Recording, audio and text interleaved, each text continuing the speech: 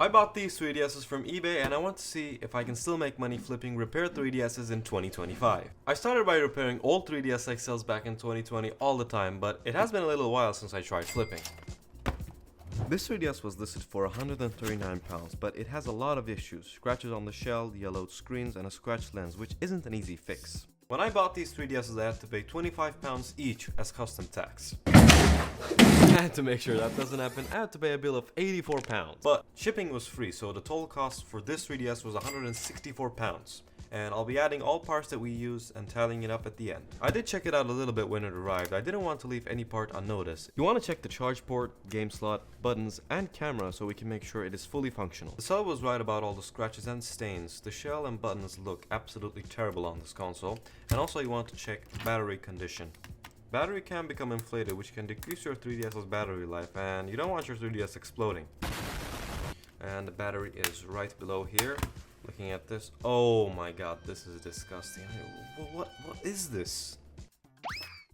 And remove the battery and unscrew the console. When you're buying 3DSs on eBay, try to check if they haven't opened before. Someone who doesn't know what they're doing can really mess it up, and that is the kind of risk of buying second-hand consoles off of eBay.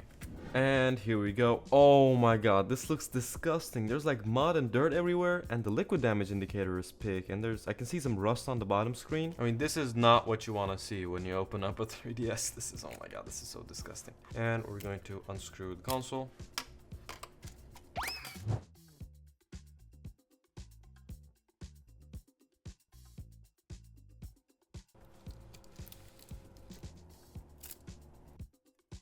Since I'm replacing almost 50% of this console, I will work my way from up to down, so top screen is first. We have two screws that needs to be removed in order to separate the speakers from the display.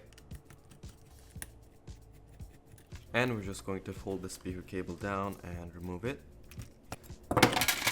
And now to replace our top screen and lens, just heat up the old lens on the new screen and remove it, and put in our new screen lens and make sure no dust goes in.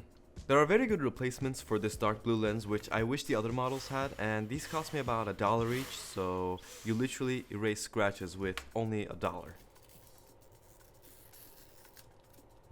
And I'll replace the bottom screen from another 3DS, and it just fits right in. And plug in our battery, and let's turn on, see if it works.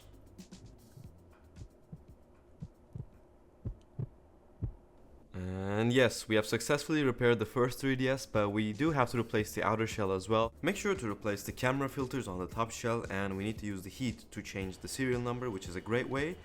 And I'll then attach both the shells, and this 3DS will look absolutely new.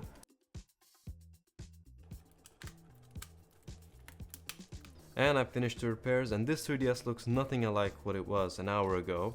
And I'm very proud on how it turned out, but now the next 3DS I paid £144, and the seller said there's an LCD leakage on the top screen and a lot of scratches. I mean, the back shell looks completely destroyed on this console, wow. And if we take a look at the display, we can see there's some leakage on the IPS screen, which is not what we want, and also a ton of scratches on the lens, but let's unscrew to look on the inside. And looks nice, no stripped screws, but I can see the battery's a bit inflated. As you can see, it's coming out a little bit. We need to change that. One thing I did notice is that both of these screens are IPS screens, and the bottom screen has a very big scratch on this side, but I can't tell if that's the actual screen or the digitizer, so I really want to take a look at this bottom screen. And here we go. This one looks pretty bad. There's a lot of dirt and debris everywhere, and the liquid damage indicator is still white, which is good, and there's no major issues with any of the components that I see. So this is definitely a good sign. But let's check that bottom screen and see if it's savable. Let's disconnect the screen and remove the digitizer to see if it's savable.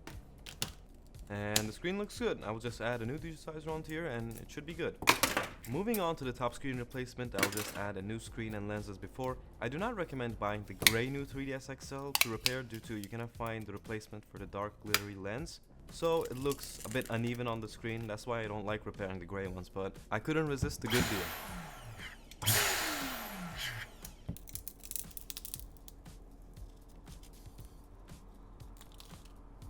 And I'll put in the bottom screen, just I need to replace the digitizer on this one.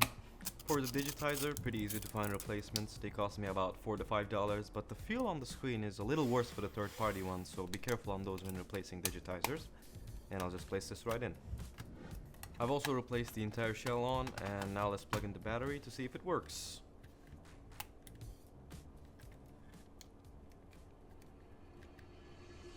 And it turns on, and I'll just install the cover plates to make this 3DS look mint.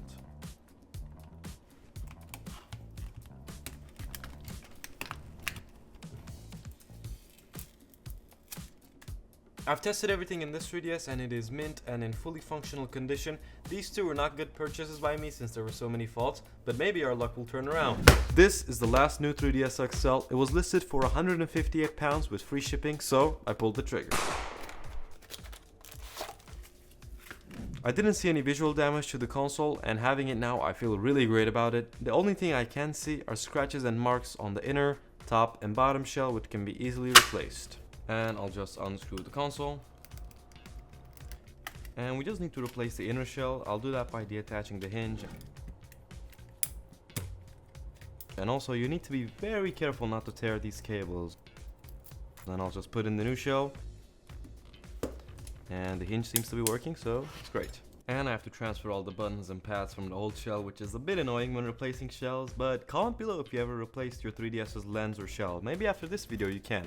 And I'll just reattach the inner shell and battery. I don't really need to test it since we didn't change any screens or hardware, but we do need to replace the plate, so this red 3DS looks newer than the day Nintendo made it.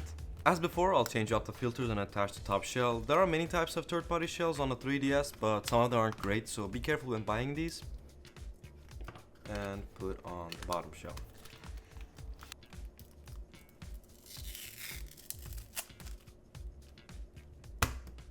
So the DS Doctor has successfully cured our 3 patients. I won't be selling them, I will just be adding them to my personal collection. But let's check what we could have had if we sold them. For the metallic blue model, we replaced both screens and replaced the entire shell including lenses.